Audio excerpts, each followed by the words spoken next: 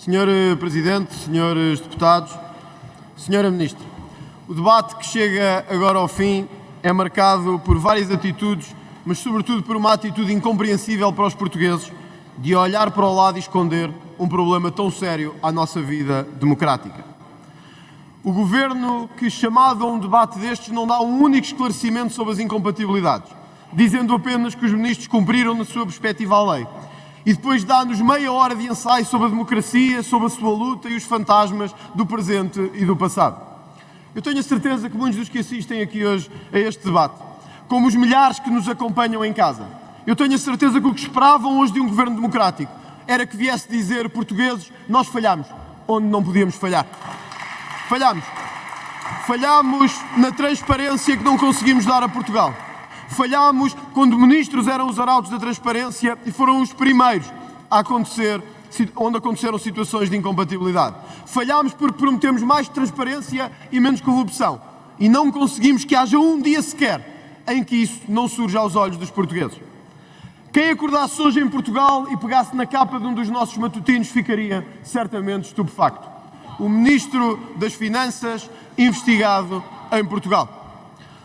O que temos hoje é esta Câmara a olhar para o lado e a dizer: não queremos saber disso. O que queremos é discutir a pobreza energética, queremos é discutir os salários baixos, queremos é discutir a água, queremos é discutir a seca. Tudo certo, tudo certo. Mas foi este partido que trouxe este tema a debate, que apresentou no último Orçamento de Estado 300 e muitas propostas, todas chumbadas pelo Partido Socialista, sobre a pobreza, a seca e tudo mais. Não, Sr. Deputado Pedro Delgado Alves. O problema de tudo isto não é a redução teleológica, Sr. Deputado. Eu sei que para quem está em casa deve pensar assim: ai, a redução teleológica. Era isto que andámos à procura durante este tempo todo. O ministro casado com uma dona de uma empresa recebeu dinheiro do Estado? Redução teleológica. O ministro tem negócios com o Estado de uma área que tutela? Redução teleológica. O que recebeu fundos comunitários e foi pago pela própria ministra que liderava a CCDR? Redução teleológica. E em casa as pessoas hoje vão adormecer com esta palavra: redução teleológica. Mas há uma coisa que eu lhe digo, Sr. Deputado Pedro Delgado Alves: não há redução teleológica que pague o sentimento de vergonha que eu e milhões de portugueses temos por este governo cada vez mais incapaz em Portugal. Sim, hoje talvez pudéssemos, Sr. Deputado Pedro Filipe Soares, estar a discutir a pobreza e os salários e o preço do atum e das couves e do leite. Devíamos, Sr. Deputado. Sabe porque é que não estamos? Porque elegemos um governo que não consegue combater o maior dos nossos males, que se chama corrupção. Porque se tivéssemos, não tínhamos que estar aqui a discutir isso. Se tivéssemos, não tínhamos que estar aqui a discutir isto. Outros, claro, preferem falar do financiamento das campanhas e das assinaturas, mas não querem falar tanto do dinheiro do Jorge Soros ou de onde os seus familiares estão em gabinetes de políticos. Talvez isso seja um alerta para aqueles que gostam de estar sempre aqui a atirar ao ar, mas se esquecem que são o pior que a democracia transporta para Portugal. Por isso, Sr. Presidente, senhores deputados, senhores membros do Governo, o parecer que invocam não se aplica a esta legislatura. Eu queria deixar isto claro como água a quem nos está a ouvir. O parecer invocado pelo PS para sustentar as incompatibilidades não se aplica nem com redução teleológica, nem com extensão teleológica aos casos aqui presentes. Não, Senhora Ministra. O caso é claríssimo. Pedro Nuno Santos, Manuel Pizarro e Ana Abrunhosa violaram a lei deste país. Violaram a lei aprovada por este Parlamento. Violaram, e todos sabemos que violou a lei. Agora só temos uma opção perante nós: ou exigimos responsabilidade, ou a lei da República morreu hoje aqui neste Parlamento, enquanto exigimos responsabilidades ao Estado.